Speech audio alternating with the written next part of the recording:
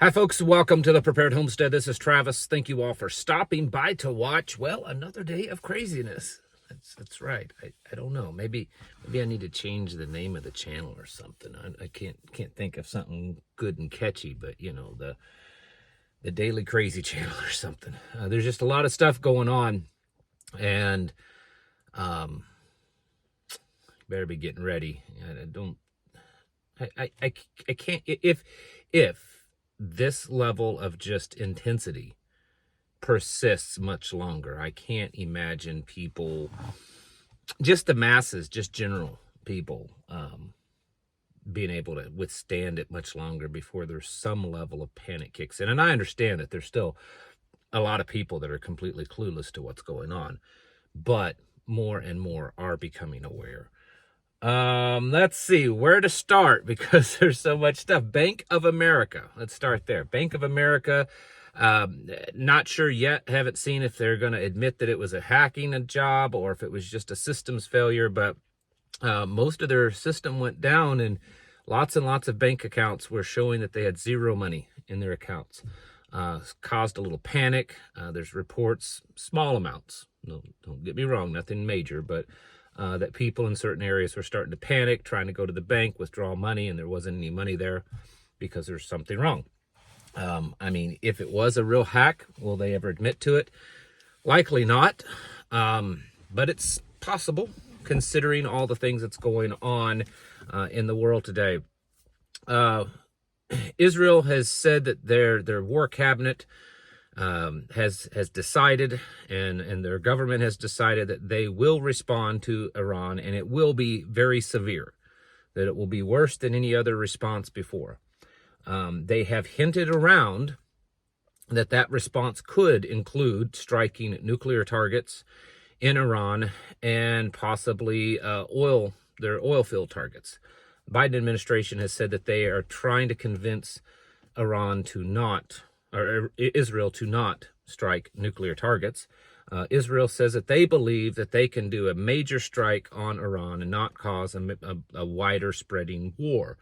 Iran, on the other hand, has responded back and says that if Israel does any kind of retaliation strike against Iran, that it will cause this to expand much further, that they will respond again in an extreme way. So we will see if that Rosh Hashanah, which is, for those of you that don't know, is a major Jewish holiday. It's not just a Jewish holiday. It's a biblical holiday, Yom Teruah, but it is celebrated in Israel, is happening. So maybe it will, who knows?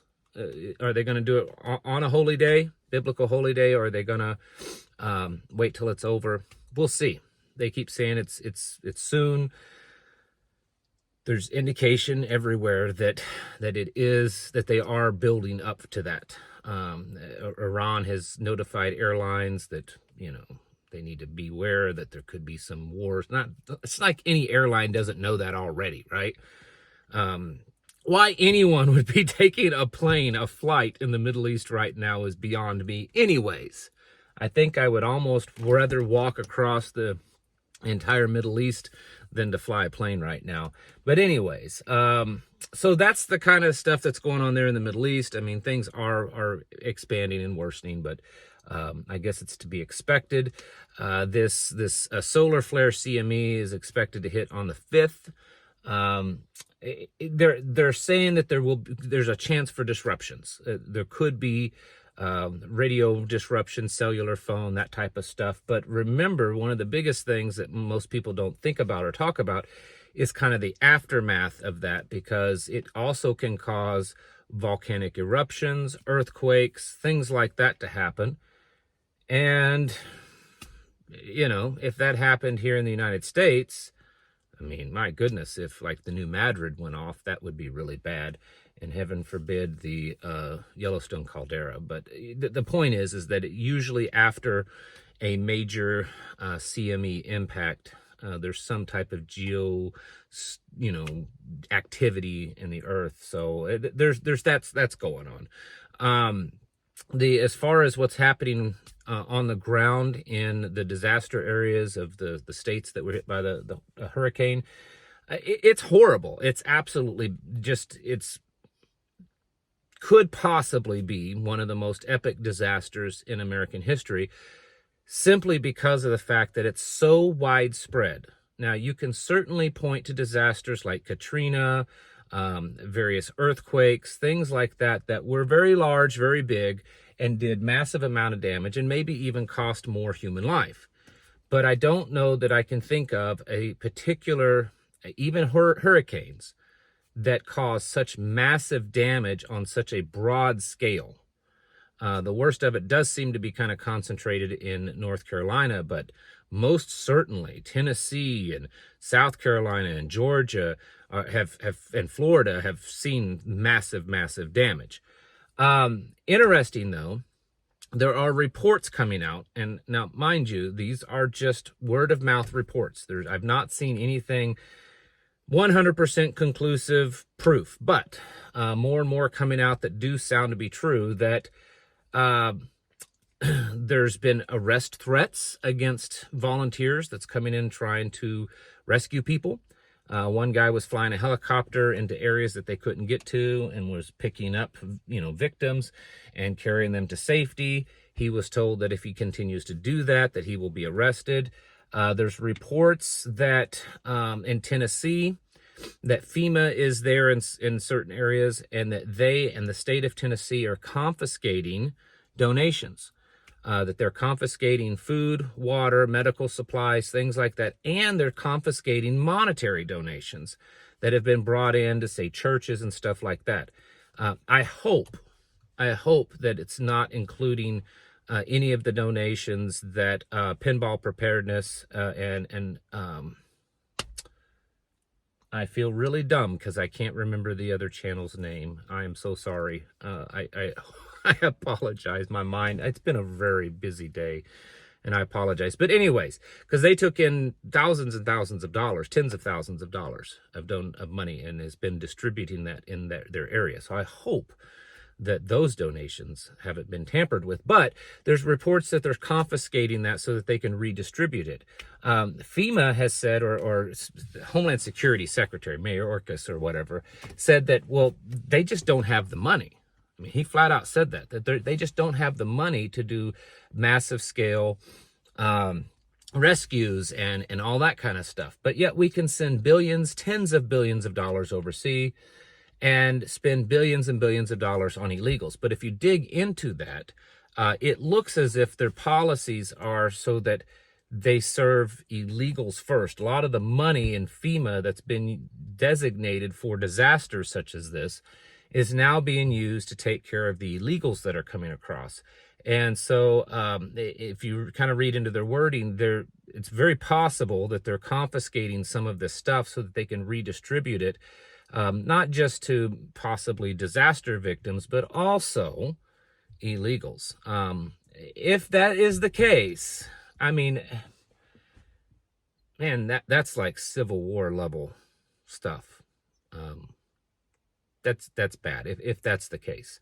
And I certainly don't want to insinuate that so much so, but it's hard not to.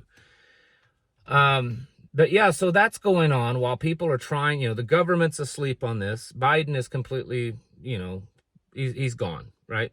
He's not helping.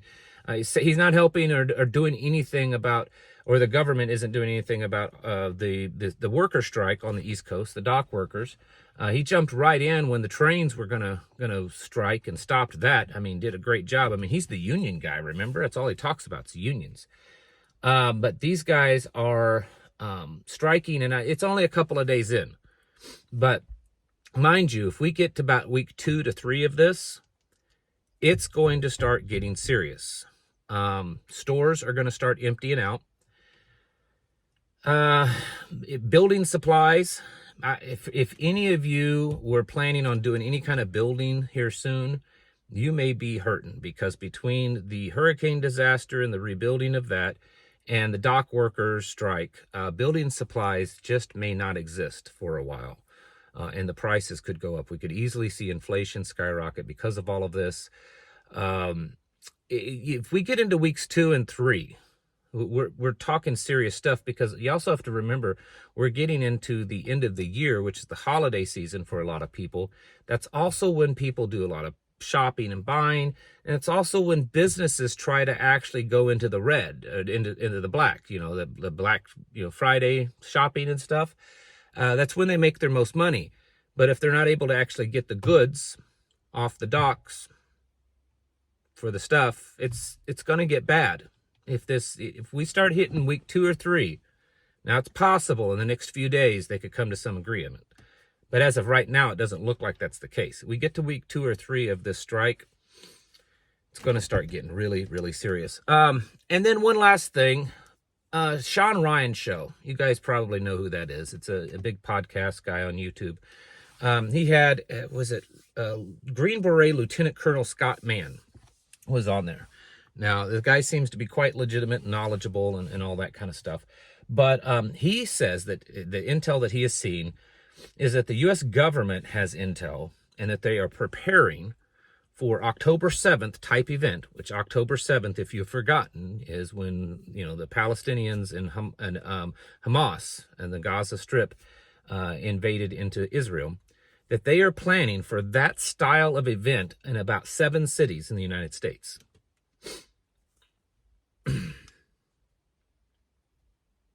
I don't know any more than that. I'm just saying that that's what he says as a former lieutenant colonel of the Green Berets, that the information that he's getting is that the U.S. government is planning for that type of attack in about 7 different cities in the United States. If that happens, things are going to get really, really, really, really crazy for a while. I'll leave you with this. I talk to you all the time about prepping, stocking up, topping off, blah, blah, blah. Probably get tired of it. You need to be doing drills. Right now, for those of you that aren't in the military, for those of you that are in the military or recently or maybe just ever have been, just hold off. You don't have to jump in and answer right away. For the rest of you that's never been in the military, what do you think right now militaries are doing? What do you think the United States military? What do you think European militaries are doing? What do you think just a lot of militaries are doing right now? They're training. They're training a lot. They're doing a lot of drills. We hear about it in the news all the time. Why are they doing that? Because they all know that something really big is happening, that World War III, that conflict is everywhere. And so they're running drills to get prepared for that.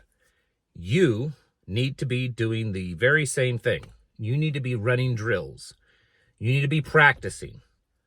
You need to be whatever it is, whatever your plan is, getting home from work, bugging out, bugging in, gathering your family up, those kind of things. You need to be running drills. If you have a drill on if there's a bad person on your property, what are you going to do to defend it? Running a drill for that. Medical, someone gets hurt, someone has a heart attack, someone gets burned, has a stroke, all that. You need to be running drills for this kind of stuff. This helps take that nervous edge off of you. I mean, military runs drills, law enforcement run drills, firefighters run drills all the time. It's part of our practice. It's part of our training. And it makes us better capable of doing the job. It's not so that we can perfect ourselves in what we do, because we can never train for the exact scenarios that we will face. It's so that we can get so good at the things that we're doing that we can very rapidly adapt to changing environments and to mistakes that are made along the way. And so that's why you should be doing these things. You should be training all the time, even in your home. Run through little drills with your children, with your wife and children, whoever, your tribe. Figure things out. You can make it fun, but you need to be practicing because, yeah, we're at that point, folks. We're at that point, and things are getting pretty rough.